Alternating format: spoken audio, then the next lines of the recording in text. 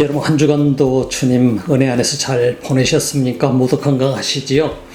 오늘도 주님의 귀한 날, 주님의 날에 함께 예배에 조인하게 되신 것을 환영합니다. 여러분과 함께 오늘도 예배 드릴 수 있어서 행복하고 또 우리 주님께서 이 예배 가운데에 임재하실 줄 믿고 참으로 감사하며 또 여러분 한 사람 한 사람에게 주님의 귀한 은혜가 함께 하시기를 주님의 이름으로 축원합니다. 우리 함께 이 시간에 기도드리고 찬양드리고 그리고 예배 드리도록 하겠습니다. 기도하시겠습니다.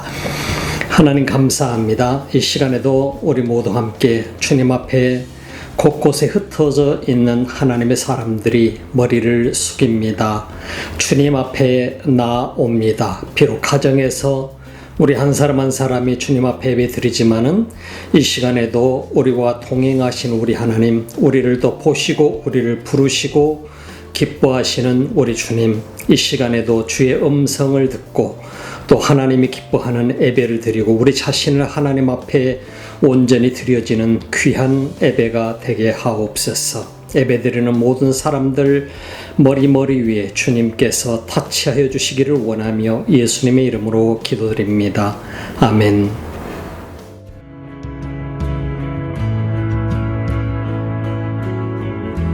Your grace is enough, more than I need.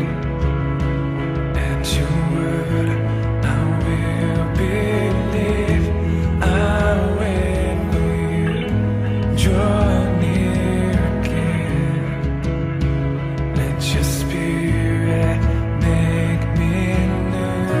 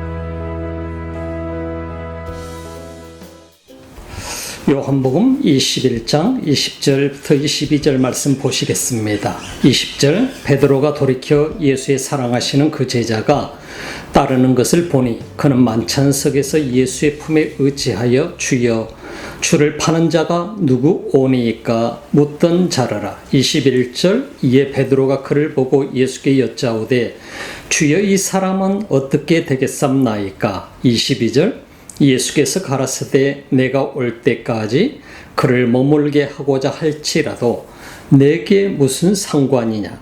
너는 나를 따르라 하시더라. 아멘. 사랑하는 여러분, 모든 사람은 이 세상에 한 번 왔다가 한 번 떠나야 되는 것은 정해진 사실이지요. 우리 모두가 이 정해진 사실 앞에 때로는 겸손해질 수밖에 없습니다.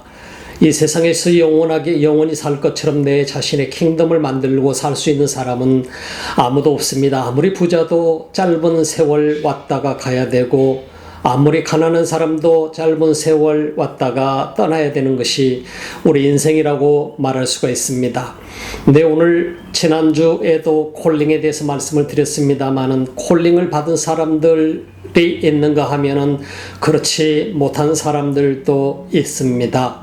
주님의 자녀로 살아가는 사람이 있는가 하면은 주님의 자녀로 아직 살지 못하고 있는 사람들도 많이 있습니다. 모든 사람들이 다 같이 하나님께서 계획하는 계획이 있는데 그 계획 속에 들어오지 못하는 사람들도 있고, 그 계획 안에서 살고 있으면서도 내가 살고 있는지 구별 못하는 사람도 있고, 그 계획 안에 살면서 하나님의 계획을 분명하게 볼 수 있고, 그리고 그 계획을 위해서 열심으로 살아가는 사람도 이 세상에는 많이 있습니다. 그런데 우리에게 중요한 것은 무엇보다도 우리 눈을 크게 열고 하나님의 계획이 무엇인가 하는 것을 우리가 볼 수 있어야 된다고 하는 것입니다. 지난주부터 지난 몇 주간 동안에 우리는 예수님의 부활에서부터서 제자들에게 오셔서 제자들 한 사람 한 사람을 만나주시고 하는 과정들을 우리는 보았습니다. 이 모든 것들이 무엇을 말하는 것일까요? 예수님께서 지난주 시간에 베드로를 꼭 짚으시면서 그에게 사명을 부여하시는 장면들을 우리는 보았습니다. 그를 부르시고 그리고 그에게 새로운 콜링을 주시고 그를 완전하게 그의 죄책감과 그의 배신감에서, 배신자로서 살아가는 배신감에서부터 회복시키시고 그에게 교회를 돌보라는 권한을 부여해 주시고 그에게 마지막에 삶이 어떻게 될 것인가까지도 예수님께서는 말씀해 주신 것을 우리는 보았습니다. 이 모든 것은 결국은 무엇을 위한 것이었을까요, 여러분? 이 모든 것이 무엇 때문에 도대체 베드로가 이 땅에 와서 고기잡이로 그냥 자기 직업에 충실하면서 살았으면 될 텐데 그를 부르셔서 예수님은 제자를 삼으셨고 그야말로 목숨이 두려워서 예수님을 모른다고 3번이나 부인하고 배신하고 떠났었는데 그에게 다시 찾아오셔서 그에게 내 양을, 어린 양을 먹여라, 내 바로 그 양들을 목양을 해라, 그리고 내 양을 먹이라, 이 말씀을 하시면서 그에게 다시 그를 부르시는 이 목적은 도대체 무엇 때문에 그러셨던 것일까요? 여러분 생각해 봅시다. 우리가 살아가는데 그냥 우리 살아가는 삶 이대로 살다가 즐기다가 이 세상 떠나도록 놔두시지 왜 우리를 부르십니까 하고 우리도 생각해 볼 수 있지 않겠습니까? 참 우리를 부르셔서 주님을 따르라고 한다면 그 길은 어떤 길인가요? 베드로를 부르신 길은 참 어려운 길이었습니다. 그리고 지난주에 우리가 보았던 99절까지 말씀 속에서 요한복음 21장 베드로는 너는 나를 위해서 이렇게 따라오게 되겠지만 결국에는 너는 십자가에 못 박혀 죽게 될 거야 라고까지 말씀을 해주신 것을 볼 수 있었지 않습니까? 그렇게까지 해야 될 이유가 무엇이었을까요? 자, 우리는 이 모든 과정 속을 왜 예수님께서 제자들을 부르셔서 이렇게 어려운 사명을 부여해야만 되었을까요? 하는 생각을 해보지 않습니까? 참 어려운 일입니다. 우리가 이 사명들을 보면서 제자들을 부르시는 과정을 보면서 예수님이 이렇게까지 하시는 목적이 무엇일까? 우리는 구약 성경으로 넘어가 보면 너무나도 잘 알 수 있을 것입니다. 창세기에서 하나님께서 모든 세상의 피조물을 만드시는 목적이 무엇이었을 것 같습니까? 하나님께서 즐기시기 위한 것이었을까요? 이 지구상의 모든 창조물들을 만드시고 나서 마지막에 하나님이 인간을 만드셨어요. 그건 무엇을 의미하는 것이었습니까? 그것은 뭐냐면 그리고 나서 우리 인간에게 모든 것을 다스릴 수 있는 권한을 우리 인간에게 권위를 부여해 주셨습니다. 그래서 이 세상에 아무리 강한 동물이라도 우리 인간이 제압하지 못하는 동물은 이 세상에 아무것도 없습니다. 어떤 동물도 테크놀로지를 개발을 해서 우리 인간에 대항하는 동물은 이 세상에 앞으로도 있을 수가 없는 것입니다. 있을 수 없었고 앞으로도 절대로 있을 수 없는 것입니다. 왜냐하면 하나님이 우리 인간에게만 부여하신 것이었기 때문입니다. 그런데 하나님께서 이렇게 멋진 세상을 만들어 놓고 인간을 만드신 것을 후회하셨어요. 아담과 하와 이후로 아담과 하와가 불순종함으로 인해서 그 결과는 그 아들 가인이 아벨을 죽이게 되는, 아담과 하와의 두 아들 중에 가인이 아벨을 죽이게 되는 사건이 벌어지게, 살인사건이 바로 아담과 하와의 가정에서 벌어지게 되지 않습니까? 최초의 살인사건이었습니다. 자, 그런 이후에 창세기 6장 속에서 보게 되면은 바로 이 세상이 얼마나 저주스러운 세상으로 변했던지 하나님께서 우리 인간을 만드신 것을 후회하셨다라고 말씀하고 있어요. 그리고 나서 하나님께서 이 세상을 다시 디스트로이 해버릴, 멸망시켜버릴 프로젝트를 진행을 하시게 됩니다. 그러면서 그 가운데에 발견한 것이 노아의 노아였습니다. 당대의 의인을 찾아볼 수 없는 중에 한 사람의 의인을 찾은 것이 노아였다는 사실을 우리는 주목해 보지 않습니까? 그래서 그 노아에게 하나님께서 바로 사명을 부여하게 됩니다. 방주를 짓게 하게 되고 모든 동물들을 한 쌍씩을 다 방주 안에 들어오게 되고 노아의 가족들을 그 안에 들어오게 만드는 사건을 볼 수 있지요. 그런데 그 이후의 세대 속에서도 하나님께서는 또다시 우상을 숭배하고 죄악을 범하고 하나님을 배신하고 하나님께서 원하는 하나님의 나라가 만들어지지 않는 것을 발견하게 된 것이죠. 그래서 아브라함을, 그 가운데 당대의 믿음의 사람 아브라함을 하나님이 선택하셔서 부르시게 됩니다. 그를 가나안 땅까지 바벨론에서부터 이끌어서, 바벨론 지역에서부터 가나안 땅까지 이끌으셔서 바로 그에게 가나안 땅을 보여주고 그리고 이 땅을 주겠노라고 약속을 하게 됩니다. 그리고 나서 바로 아브라함을 통한 이 프로젝트가 어떻게 진행이 되겠느냐, 하나님의 나라를 만드는 프로젝트가 진행이 되는데 바로 이삭을 낳고 그 다음에 야곱과 에서를 낳고 야곱을 통해서 요셉을 낳게 되고 그 다음에 요셉이 에집트로 종으로 팔려서 들어가게 되지 않습니까, 형제들에게. 그리고 에집트에 들어가서 에집트의 바로 총리가 되는 30대 약과는 나이에 총리가 되는 엄청난 과정을 우리는 볼 수 있습니다. 하나님의 프로젝트가 진행이 됐던 것입니다. 그리고 바로 아브라함의 손자인 야곱과 그 야곱의 모든 자녀들, 모든 가족들을 다 이집트로 불러들이게 됩니다. 바로 야곱은 가족들을 이끌고 이집트에 들어와서 자기 아들, 잃어버렸던 아들, 죽은 줄만 알았던 아들 요셉이 총리가 되어 있는 이 엄청난 과정을 경험하면서 그 자손들이 번성을 하기 시작합니다. 400년이 흐르고 난 후에 바로 하나님은 모세를 통해서 프로젝트를 진행을 시켜나갑니다. 세월은 점점 많이 흘러갔습니다. 400년이 지나고 나서 모세를 통해서 이스라엘 백성을 출애굽을 시키기 시작합니다. 광야에 데리고 납니다. 광야에서 40년 동안을 훈련하면서 하나님께서는 새로운 나라, 하나님의 나라를 만드는 프로젝트를 진행합니다. 나라가 있게 되기 위해서 바로 이스라엘 백성들에게 하나님께서 주시는 것은 뭐였습니까? 이제 백성들이 준비가 되었습니다. 지난 430여 년 동안에 그들은 이 애굽에서 번성을 해왔고 애굽에서 종사를 하면서 우리는 이스라엘 백성이다, 우리는 유대인이다, 이스라엘 사람들이라고 하는 이 하나된 의식을 떨쳐버릴 수가 없었습니다. 종들이 아니었다면 그들은 자기 자신들의 아이덴티티를 찾지 못했겠지요. 아이디를 잃어버렸겠지요. 종으로 살아가면서 이스라엘 사람들이 우리는 한 민족이구나, 한 백성이구나 하는 것을 깨닫는 것입니다. 그래서 모세를 통해서 그들이 이끌어올 때 그들이 다 나올 수 있었던 것이죠. 40년 동안 백성이 준비가 됐고 나라가 만들어지는 과정으로 들어갑니다. 그래서 광야 생활 속에서 그들에게 출애굽기와 신명기, 민수기를 통해서 그들에게 법을 주게 됩니다. 그들에게 율법을 주시지요. 그래서 그 법을 주면서 그리고 하나님 앞에 예배하는, 어떻게 예배하는 것이 하나님의 백성들이 예배하는 삶인가 하는 것을 하나님께서 그들에게 교육을 시켜줍니다. 모세를 통해서 하나하나 다 그들에게 그의 인스트럭션을 주게 되는 것을 볼 수 있지요.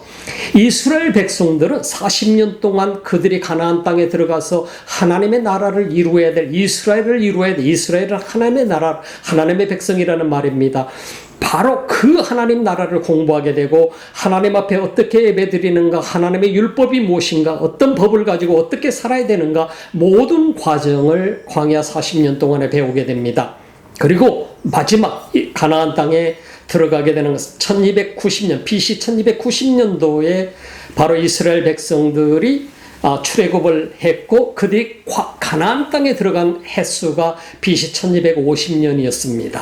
1250년, 예수님이 오시기 전에 1250년에 그들이 가나안 땅에 여호수아를 리더로 해서 들어가게 됐습니다만 그 다음에 그들이 왕을 세우게 되고 사울을 최초의 왕으로 세우게 되고 사사들을 통해서 다스리던 시대가 하나님의 음성을 들어서, 그래서 하나님의 나라, 바로 하나님이 사사들을 통해서 다스리던 시대가 마감이 되게 되고 사울 왕을 세워달라고 요구하는 이스라엘 그들에게 사울을 허락하게 되지요. 그리고 나서 사울 이후에 다윗을 세우면서 사울은 하나님이 기뻐하는 왕은 아니었습니다. 다윗이 하나님이 기뻐하는 왕의 모습으로 나갔습니다. 그러나 다윗도 완벽한 왕은 아니었죠. 다윗 이후에 솔로몬이 왕이 되게 됩니다. 솔로몬이 왕이 되면서 하나님 앞에 점점 그는 모든 것을 다 누릴 수 있는 사람이어서 최고의 부를 누릴 수 있고 당대의 세계 최강의 부를 누릴 수 있었던 사람 솔로몬 왕이었습니다. 그리고 수많은 궁녀들을 거느리고 있었던 왕도 솔로몬 왕이었으며 이 세상에 가장 큰 지혜를 얻은, 하나님으로부터 얻은 왕도 솔로몬 왕이었었습니다. 우리가 이런 과정을 보면서 이 솔로몬이야말로 하나님 앞에 최고로 영광을 돌렸을 것 같은데, 문제는 수많은 후궁들을 각 나라에서 정략적인 결혼을 하면서 들어오는데 우상이 들어오기 시작했다고 하는 사실을 우리는 주목해 보죠. 하나님 나라에 대한 하나님의 계획이 점점 무너져가는 것은 결국은 우상이었다라고 하는 것입니다. 솔로몬 왕까지 하나님께서는 인내하고 기다리셨지만 솔로몬 왕의 자식대에 가서 나라는 분할되고 말게 되는 것을 보게 됩니다. 바로 우리가 알 수 있는 것처럼 929년에 BC 929년도에 바로 르호보암과 여로보암, 이 두 사람이, 여로보암은 바로 이 솔로몬 왕 시절의 장군이었죠. 르호보암은 솔로몬 왕의 아들입니다. 둘이 서로 나라를 갈라서 여로보암은 바로 북이스라엘을 차지하게 되고, 그리고 르호보암은 나라가 갈라져 있는 유다, 다윗 왕이 만들었던, 다윗 왕이 처음 정착을 했던 유다를 중심으로 해서 나라를 만들게 돼서 유대를 만들게 됩니다.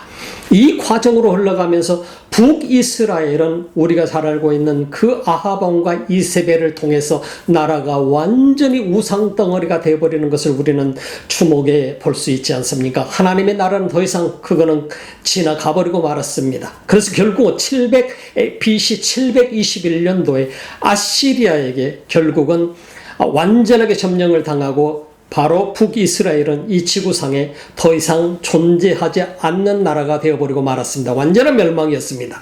그러면 남이스라엘이라고 할 수 있는 유다는 어떻게 됐느냐? 유다에게도 수많은 에레미야와 수많은 선지자들을 통해서 하나님께서는 계속해서 그들에게 말씀을 했었습니다. 그리고 계속해서 그 인스트럭션을 줬습니다. 그러나 왕이 바뀌고 또 바뀌면서 왕들은 하나님의 음성을 듣지 않았습니다. 결국은 하나님께서 그들이 망할 것이라는 경고를 줬습니다. 망할 것이라고 경고하는 그 선지자들까지도 박해를 하는 왕들이 되고 말았지요. 결국은 BC 586년 7년 이때의 바벨론에게, 신흥 강국이었던 바벨론에게, 바로 바벨론은 아시리아를 잡게 되고, 그리고 바벨론이 유다까지 완전히 점령하게 되고 완전히 예루살렘이 함락이 되고 느부갓네살에게 함락이 되고 마는 과정을 우리는 볼 수 있습니다. 그러면서 바벨론에게 경고하는 것도 네가 비록 점령하고 있었지만 너희도 영원한 나라냐, 당대의 강력한 나라가 바벨론이었었지요. 감히 세계 어느 나라도 바벨론을 건들 수 없는 나라였었습니다. 그런데 그 바벨론도 하나님께서 경고하는 것은 네가 다스릴 수 있는 기간은 70년밖에 아닐 거라고 얘기했습니다. 539년의 BC 페르시아가 바로 고레스 왕 시절에 바벨론을 점령을 하게 되고 맙니다. 그렇게 어느 누구도 바벨론이 무너질 수 있다라고 하는 건 상상도 못했어요. 그런 바벨론을 페르시아가 무너뜨리게 되게 되죠. 그리고 고레스는 바로 이스라엘 사람들을 예루살렘으로 돌아갈 포로들을 돌아가게 만들어주고 바로 예루살렘 성전을 재건하게 하는 것을 줬지만, 그러나 그들도 역시 마찬가지로 총독을 중심으로 역시 페르시아의 권한 아래 점령 아래 있었다고 하는 사실을 주목해 볼 수 있습니다. 우리가 이런 과정들을 보면서 그 다음 시기에 우리가 헬라의 알렉산더 대왕이 일어서서 바로 페르시아를 무너뜨리고 수많은 나라들을 점령하게 되고 이스라엘까지도 모두 이집트까지도 손에 넣게 되는 과정을 가지만 알렉산더 대왕도 10년을 넘기지는 못했습니다. 우리 이런 과정을 보면서 그러면서 점점 로마가 막강에 기치기 시작하면서 점점 나라는 로마의 힘 쪽으로 세계는 기울어져 가고 말았습니다. 온 세계는 예수님이 탄생했을 때 세계는 모든 길이 로마로라고 하는 말이 나온 것처럼 로마가 강력한 세상이 되고 말았었던 것을 우리가 보게 되죠. 여러분 잘 압니까? 알렉산더 대왕의 아버지가 클레오파트라하고 결혼을 했었다는 사실을, 클레오파트라하고 결혼해서 거기서 태어난 아들이 있었는데 그 아들을 결국은 알렉산더가 제거하고 자신이 왕이 되게 된 것을 우리가 볼 수 있지 않습니까? 알렉산더는 강력한 하나의 리더였었습니다. 그래서 페르시아를 삽시간에 점령을 하고 결국 인디아까지 갔었던 사건들을 우리가 볼 수 있지요. 그러면서 결국은 돌아와서 각 다른 나라, 이집트까지도 갔었던 이 엄청난 리더였던 것을 보면, 그러나 그것도 길지 않았습니다. 이스라엘이라고 하는 나라는 망해버리고 잠시 한 100여 년 동안의 기간이 있었습니다만, 그것에 대해서 말씀을 드리진 않겠습니다만, 이스라엘은 결국은 이 지구상에서 721년도에 BC 721년에 북이스라엘이 사라지게 되고 586년에 예루살렘이 함락되면서 남이스라엘 유다가 없어지게 되고, 그러면서 결국은 이스라엘이라는 나라는 서서히 이 지구상에서 사라져버렸고 말았던 것입니다. 2차 세계대전이 끝나고 이스라엘을 유엔에서 이스라엘 땅을 돌려주기까지는 이스라엘의 나라는 이 세상에 없었습니다. 여러분 우리가 생각해 봅시다. 하나님께서 꿈꾸던 나라, 계획하던 나라, 하나님의 백성들의 모습, 이 모든 하나님이 주셨던 인스트럭션, 이 모든 것들은 결국은 우리 인간들의 배신으로 인해서, 인간이 우상을 섬김으로 인해서 하나님과 상관없는 꿈이 되어버리고 말았었습니다. 이 세상의 어떤 것도 하나님을 기쁘게 하는 일에 사용되지 못했던 것을 볼 수 있습니다. 그래서 오늘 본문 속에 요한복음 21장 20절부터 22절 말씀 속에는 우리가 잘 아는 것처럼 하나님께서 예수 그리스도를 이 땅에 보내셔서 하나님의 나라를 다시 세워가는 과정이 우리가 진행되고 있는 것을 볼 수 있습니다. 이것은 누구의 프로젝트냐? 이거는 인간의 프로젝트가 아닙니다. 하나님의 프로젝트였습니다.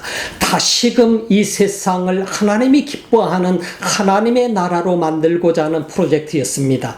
예수님이 십자가에 못 박혀 돌아가시게 되니까 모든 프로젝트는 끝난 것처럼 세상 사람들의 눈에는 보였을지도 모르겠습니다. 그러나 하나님의 계획은 너무나도 분명했었습니다. 그래서 그 하나님의 계획이 진행되는데 예수님께서 제자들을 부르시게 되는 과정을 보게 됩니다. 참 우리가 보게 되면 어떻게 하나님께서 그냥 하늘에 짠 하고 나타나셔서 이 프로젝트를 진행하셨더라면 너무나 쉽게 만들어질 수 있을 것 같지 않나요? 그런데 하나님은 그 방법을 쓰지 않으셨어요. 예수님을 이 땅에 보내셔서 구약 성경에서 이스라엘 백성들이 프랙티스를 했던 양을 잡아서 하나님 앞에 제사를 예배를 드리는 것과 같이 예수 그리스도가 이 땅에 오신 것은 하나님의 어린 양으로 이 땅에 오셨었다라고 하는 사실인 것입니다. 그를 십자가에 매달으셔서 모든 인류의 죄를 짊어지고 죽게 만드신 것이고 사흘 만에 부활하게 만드신 것이고, 그리고 나서 어느 누구든지 예수 그리스도를 믿는 사람에게는 구원을 주시고 하나님의 자녀가 되는 권세를 주시고 하나님 나라의 시민권자가 되게 만들어 주셨다라고 하는 것입니다. 하나님의 나라의 프로젝트가 예수님을 통해서 다시 시작되는 것입니다. 거기에는 어떤 사람이 필요했느냐? 제자들이 필요했다라고 하는 것입니다. 그래서 예수님이 12제자 가운데 가룟 유다가 사라지게 됐고 11제자 그리고 마띠아가 선택이 됐고, 이 예수님의 제자들을 통해서 이 프로젝트는 진행이 되게 되는데, 그것은 누구냐? 어떻게 진행되느냐? 예수 그리스도를 전파하는 과정에서부터 진행되었다라고 하는 사실인 것입니다. 그래서 예수님은 제자가 필요했던 것입니다. 예수님께서 제자들에게 와서 베드로를 부르셔서 말씀하셨지만 사실은 모든 제자들에게 똑같이 부르신 것입니다. 근데 베드로에게 내 양을 먹여라, 목양을 해라, 양들을 치어라, 그리고 양을 먹여라, 어린 양을 먹여라, 이 모든 사명을 주시면서 너의 마지막은 죽음일 거야, 십자가의 죽음일 거야.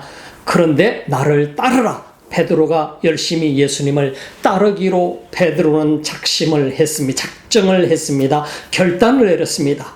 그야말로 배신하고 예수님을 배신하고 떠난 베드로를 향해서 그를 완벽하게 회복시키시고, 그리고 권위까지 주시는 예수님을 향해서 베드로는 자기 삶을 십자가에 못 박혀 죽는다 할지라도 드리기로 작정을 하게 되고 예수님을 따르기로 결정했습니다. 예수님을 따라가다 보니까 보였던 것이 다른 제자들이었습니다. 그리고 예수님께서 사랑하시던 제자 요한이었습니다.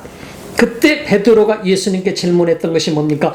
그런데 예수님, 주님이 사랑하시는 이 제자는, 이 요한은 어떻게 될 것 같습니까? 어떻게 됩니까? 무슨 일을 할 것입니까? 하고 질문해 봅니다. 그때 예수님께서 베드로에게 말씀하시는 장면은 무엇입니까? 내가 다시 재림을 해서 돌아올 때까지 요한을 살려놓은들 그것이 너하고 무슨 상관이 있니? 너는 나를 따르라. 예수님께서 분명하고 클리어하게 이 말씀을 해주시는 장면을 우리는 볼 수 있죠. 자, 우리가 여기서 주목해 보는 것이 뭡니까? 우리가 예수님을 따라가면서 우리는 때로는 좌로 우로 눈을 돌리기 쉽습니다. 예수님께서 오늘 우리에게 이 성경 말씀을 통해서 하시고자 하는 말씀은 너무나 분명합니다. 우리가 주님을 따르게 될 때에 그 길이 십자가의 길일지라도 내가 나를 디나이하고 나를 부인하고 예수님을 따르는 과정은 헌신을 요구합니다. 나를 내려놓는 것을 요구합니다. 그래야만 주님을 따를 수 있다는 것을 말씀해 줍니다. 그런데 우리가 조심해야 될 것은 내 주변에 내 중심을 뺏겨서는 안 된다라고 하는 것을 예수님이 가르치시는 것입니다. 베드로가 결심을 했고 작심을 했지만은 지금 사도 요한이 옆에서 뒤를 따라오는 장면을 보면서 요한은 어떻게 되겠습니까? 다른 제자들은 어떻게 되겠습니까? 컨선을 하고 있는 것을 보게 됩니다. 자, 예수님은 거기에 대해서 전혀 네가 신경 쓸 일 아니야. 이거는 네 잡이 아니야. 이거는 내 잡이야. 내가 그들에게 사명을 부여할 것이고 그 사명은 너하고 다를 수도 있어. 네가 살아가는 방향과 네가 나를 위해서 헌신하는 방향과 다른 제자들이 나를 위해서 헌신하는 방향, 하나님 나라를 이루어가는 방향은 다를 수 있으니 너는 거기에 신경 쓰지 마. 너는 나를 따르면 돼. 그리고 네가 받은 사명에 너는 집중해 하는 말씀인 것입니다. 오늘 우리 모든 그리스도인들은 우리들은 각기 주님 앞에 콜링을 받은 소명을 받은 사람들입니다. 그러나 우리가 무슨 일을 하고 있든 어떤 사업을 하고 있든 어떤 직장을 다니고 있든 그 속에서 우리가 해야 될 사명, 그리스도인으로서 해야 될 사명은 각기 다르다라고 하는 사실을 볼 수 있습니다. 그리고 우리의 달란트도 역시 다릅니다. 이 달란트를 수행을 하고 사명을 가지고 있고 내가 하는 일과 다른 사람이 하는 방법이 다를 수도 있다는 사실을 우리는 인정을 하고 주님을 쫓는 것이 필요하다고 하는 것을 예수님께서 말씀하시는 것입니다. 여러분들이 주님을 쫓을 때에 우리가 목사님이 쫓아가는 길이 다르고 선교사가 쫓아가는 길이 다르고 일반 장로님들이 집사님들이 여러 성도들이 각기 쫓아가는 방법은 다 다를 수 있습니다.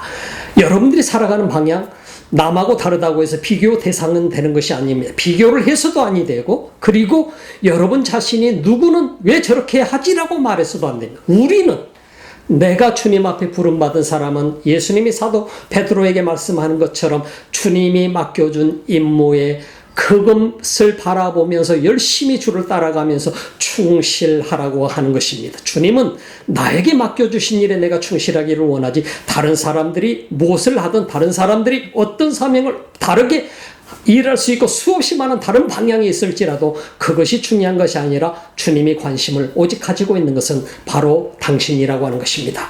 여러분이 주를 위해서 무엇을 하는가 하는 것이 참으로 중요하다고 하는 것을 말씀해 주고 있는 것입니다. 오늘 우리에게 있어서 어떤 것보다도 중요한 것은, 주님이 오늘 우리에게 말씀하고 있는 것은 내가 주님으로부터 받은 responsibility, 임무, 그리고 사명, 미션, 이 일을 위해서 내가 집중하는 것을 주님은 요구하신다 이 말입니다. 무슨 일을 하든 어떤 현장 속에 있든 어떤 사업을 하든 그 속에 주님이 나에게 준 사명이 있다고 하는 것입니다. 그 사명을 향해서 여러분과 제가 열심히 달려 주님을 따라가야 됩니다. 주님만 보고 따라가는 사람이 주님 앞에 부름받은 사람이요, 콜링을 받은 사람이요, 그리고 responsibility, 그리고 미션을 받은 사람, 사명자라고 하는 것을 오늘 여러분들이 이 말씀을 보면서 꼭 기억하시기 바랍니다. 여러분들이 사명자고 제가 사명자입니다. 기도하십시다. 하나님 감사합니다. 이 귀한 시간에도 주의 귀한 말씀을 우리가 함께 나누면서 하나님 우리에게 부여한 귀한 사명을 돌아봅니다.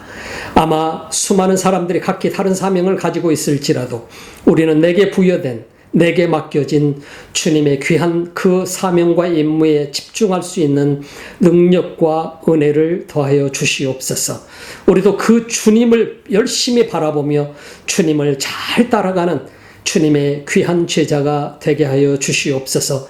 능력받아 주님을 기쁘게 하는 제자의 삶, 사명을 다하는 우리 삶을 마지막 할 때까지 참으로 부족함 없이 사명을 완수해가는 하나님의 백성들 되게 하여 주옵소서. 예수님의 이름으로 기도드립니다. 아멘. 이제는 우리 주 예수 그리스도의 은혜와 하나님 우리 아버지의 지극히 사랑하심과 성령님의 감동 감화 교통하시고 충만하신 역사가 오늘 제자로서 콜링을 받고 그리고 사명에 집중하며 주님을 따라가기로 다짐하고 작정한 하나님의 백성들 머리머리 위에, 오늘 우리 모두 함께 예배하는 하나님의 사람들 머리머리 위에, 이 지구촌에서 주님을 예배하는 수많은 백성들 머리머리 위에 지금부터 영원토록 함께 하시기를 간절히 축원하옵나이다. 아멘.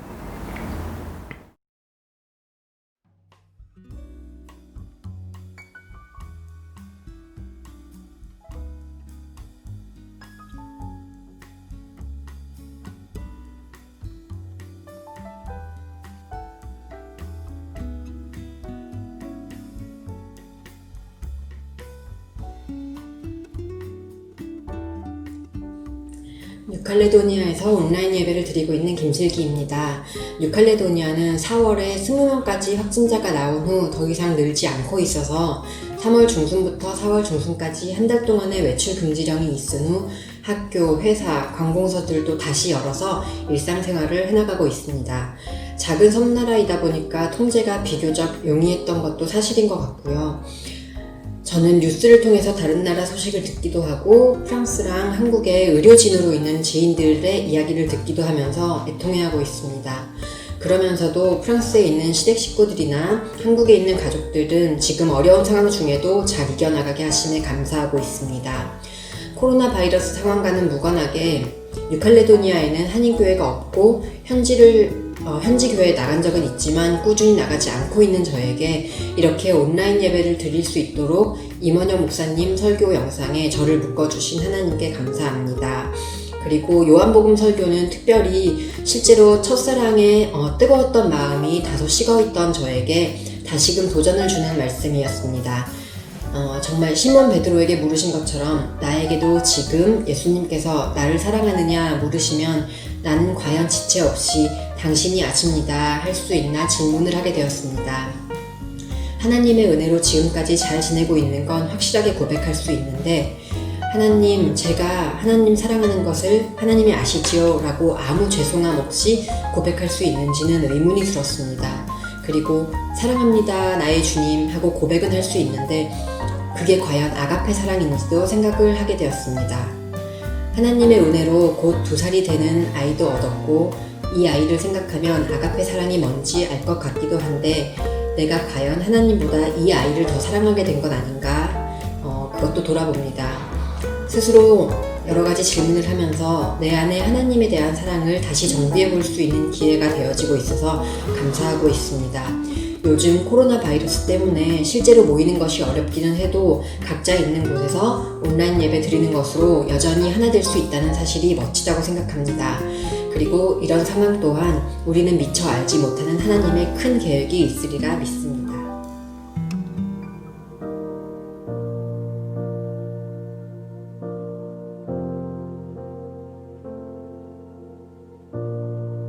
Amazing love that welcomes me, the kindness of mercy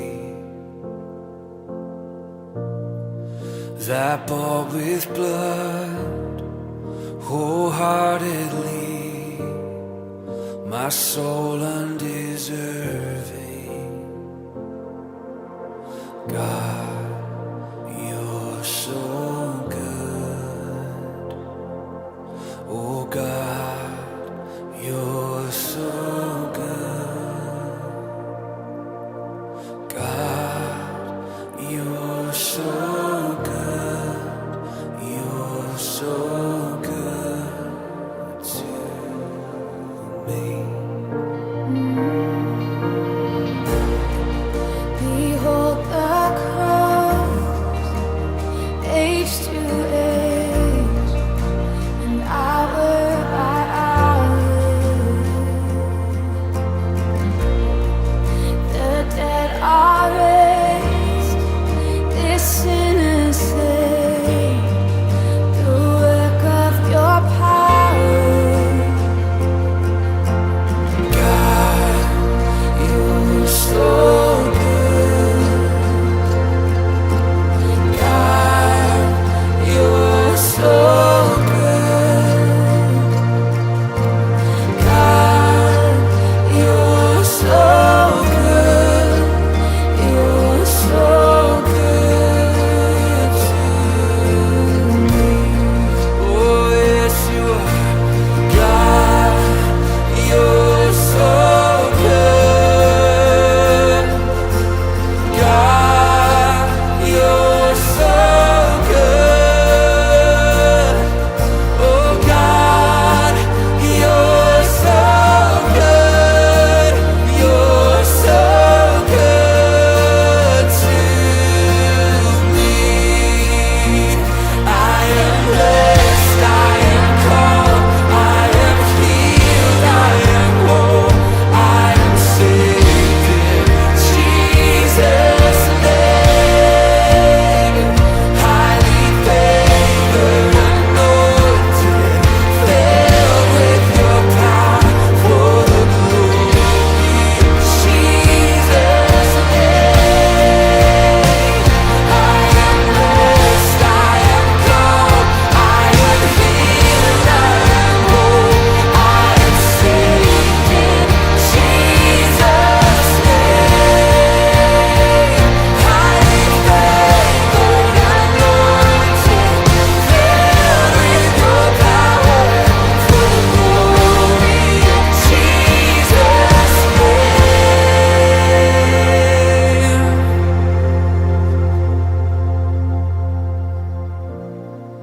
And should this life bring suffering, Lord, I will remember what Calvary has bought for me, both now and forever.